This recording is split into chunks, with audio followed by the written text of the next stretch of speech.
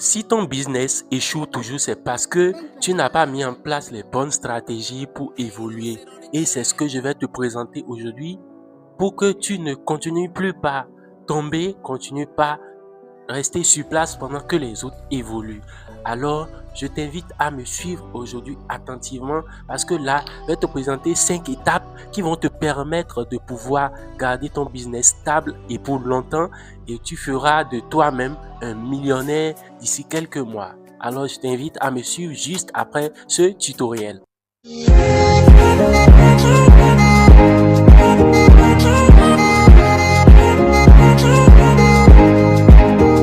Salut, moi je m'appelle David Titilayo, je suis entrepreneur, créateur de contenu digital et je te parle de business aujourd'hui.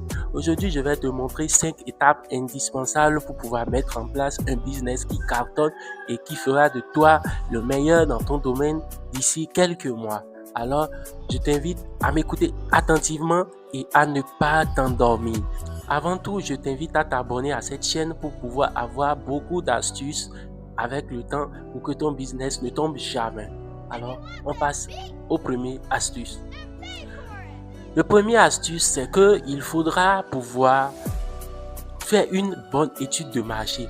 Si tu veux vraiment réussir dans le marché du business, il faut faire l'étude de marché. Il faut savoir ce qui va se vendre réellement. Il ne faut pas choisir ton produit au hasard. Il faut choisir quelque chose dont les gens ont vraiment besoin et qui satisfait un besoin qui existe. Il ne faut pas prendre un business parce que tu as de l'argent investi et que tu te lances tranquillement. Non, il faut prendre quelque chose qui résout un problème auprès de la population. C'est comme ça que tu verras qu'ils pourront vraiment s'intéresser à ton produit et il faut voir en fonction de ceux qui font ça déjà sur le terrain.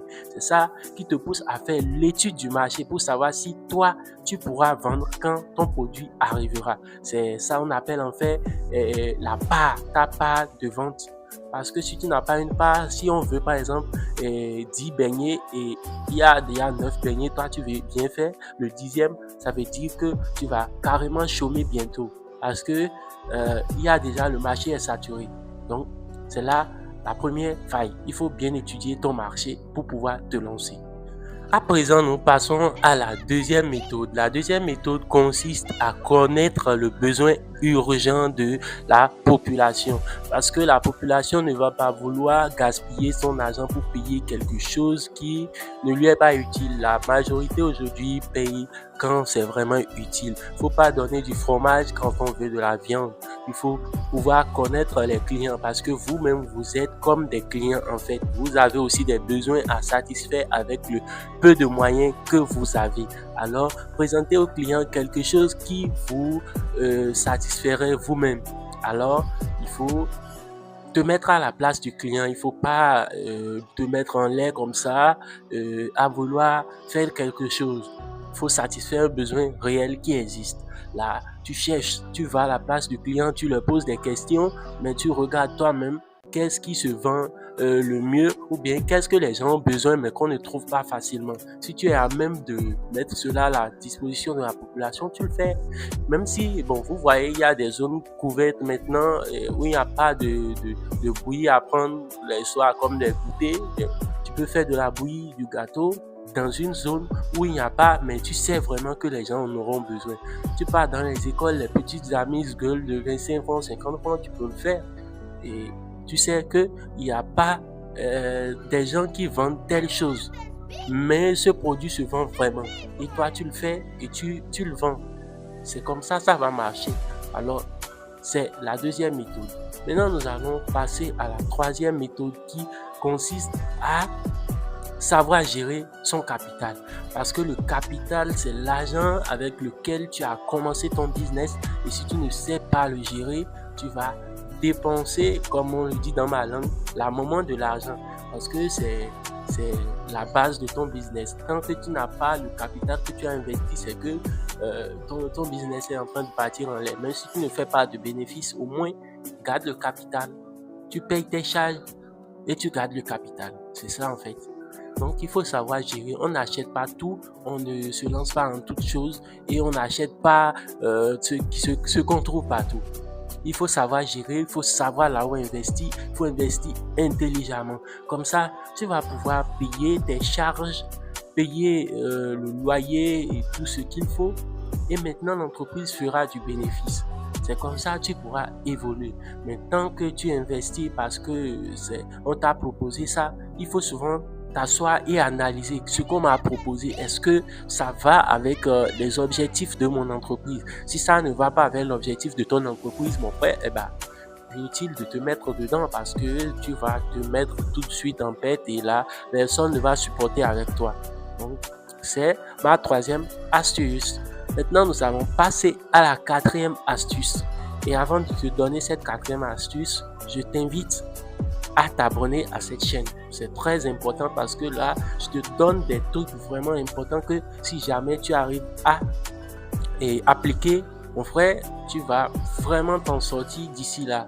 Et ce n'est pas de la blague. J'en ai fait l'expérience et je sais où j'en suis. Ce n'est pas du tout facile, mais bon, on commence juste à peine et ça évolue bien. Donc, mon frère, mets-toi à l'aise et ça ira. Alors, abonne-toi, suis régulièrement mes vidéos et like chaque fois que tu vois. Ça m'encourage à te présenter du contenu du même genre et qui pourra aussi aider d'autres personnes. Tu pourras le partager. Alors, passons à la quatrième astuce. Maintenant, la quatrième astuce, c'est quoi? Il faut veiller à la traçabilité. Parce que ça suit la troisième astuce, parce qu'il faut savoir gérer le capital, mais ça passe par la traçabilité. Il faut apprendre à écrire tout ce que tu fais. Il faut apprendre à noter. Comme ça te montre les dépenses. Je vous assure, la majorité d'entre nous, on fait beaucoup de gaspillage parce que on n'a pas pris l'habitude de noter tout ce qu'on fait. Sans noter, mon frère, tu vas gaspiller beaucoup d'argent parce que tu fais des petites dépenses sans les noter, sans même t'en rendre compte et ton argent finit tout de suite. Mais quand tu notes, tu dis, si j'achète telle chose, mon argent va finir et bon, je vais pas pouvoir atteindre l'objectif que je veux ou bien, tu vois, juste en une journée, tu vois tout ce que j'ai dépensé. Donc demain, je ferai l'effort de ne pas dépenser aussi beaucoup que ça. Et comme ça, tu es objectif, tu es focus sur ton objectif et c'est comme ça ton entreprise évolue parce que tu ne dépenses pas inutilement parce que chaque charge a sa place. Quand tu enlèves, même quand tu travailles dans l'entreprise, même quand tu manges, c'est pas pour le compte de l'entreprise, c'est dans ton propre compte, c'est dans ton salaire. Donc c'est pourquoi nous passons maintenant à la cinquième astuce. Il faut se payer un salaire. L'argent de l'entreprise, c'est différent de ton propre argent. Parce que l'argent de l'entreprise, c'est pour gérer les biens et les problèmes de l'entreprise, les charges de l'entreprise. Mais quand toi, tu te le mets en poche et que tu te fais la malle, tu bois, tu fais la fête, c'est clair que ça ne va pas donner, tu ne vas pas évoluer. Donc, tu dois faire l'effort de savoir mettre à part l'argent de l'entreprise et mettre à part ton salaire. Ce qui fait que l'entreprise a sa caisse, tu as ta caisse. Parce que si tu n'arrives pas à tracer le juste chemin entre les deux, tu vois que c'est clair que tu vas échouer tout de suite.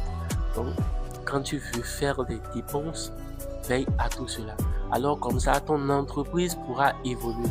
Je vous assure que si vous mettez en pratique ces 5 astuces, ces 5 méthodes, vous allez pouvoir en quelques mois seulement réussir votre vie et ne pas penser à être en train de tourner en rond. Comme ça, votre vie ira mieux. Vous-même, vous portez mieux dans votre peau parce que vous créez une entreprise qui évolue. Mais dès que l'entreprise n'évolue pas, vous-même, vous ne vous sentez pas du tout bien. Alors, merci d'avoir suivi cette vidéo et je vous recommande beaucoup de continuer par me suivre. C'est pourquoi je vous dis de vous abonner, de mettre la vidéo en favori parce que là, on se fera beaucoup d'argent en se suivant. Et je vais vous présenter dans ma prochaine vidéo un petit projet que vous pouvez mettre en place juste avec une petite somme et vous allez pouvoir réussir à devenir autonome d'ici là. Merci beaucoup et on se porte bien. Ciao.